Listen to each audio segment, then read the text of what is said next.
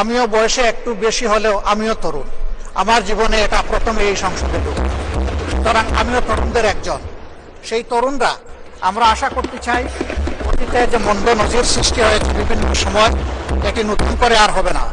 আজকের এই সংসদে অনেক তরুণ সদস্য এখানে আজকে এসেছেন।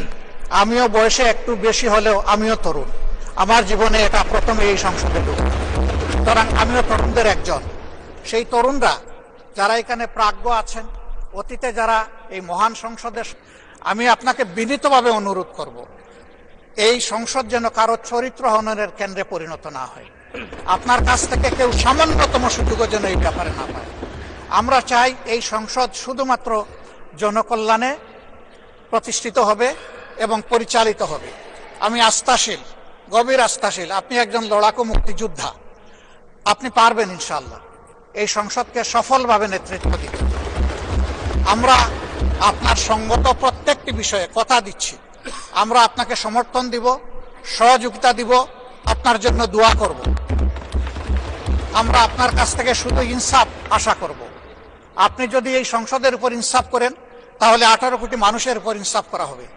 কারণ রাষ্ট্রের গুরুত্বপূর্ণ 3টি অঙ্গের একটি হচ্ছে সবচেয়ে গুরুত্বপূর্ণ অঙ্গ। এই অঙ্গটা যখন সুস্থ সবলভাবে পরিচালিত হবে, বাকি 2টা অঙ্গ সরাসরি সেইভাবেই কাজ করবে। মাননীয় স্পিকার, আবারও বলি, জুলাইয়ের রক্তের উপর দাঁড়িয়ে এই সংসদ, জুলাইয়ের একটা প্রত্যাশা ছিল, একটা মাত্র স্লোগান ছিল, উই ওয়ান্ট জাস্টিস। আমি আবার এটা এখন উচ্চারণ করলাম, উই ওয়ান্ট জাস্টিস।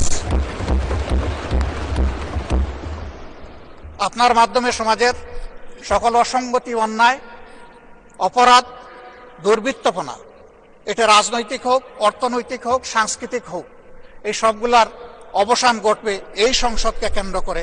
এই প্রত্যাশা ব্যক্ত করে আমি আপনার সুস্বাস্থ্য, দীর্ঘ হায়াত কামনা করছি এবং সফল নেতৃত্ব আমি কামনা করছি, যে আপনি অভিভাবক হিসাবে ইনশাআল্লাহ সফলভাবে নেতৃত্ব দিবেন।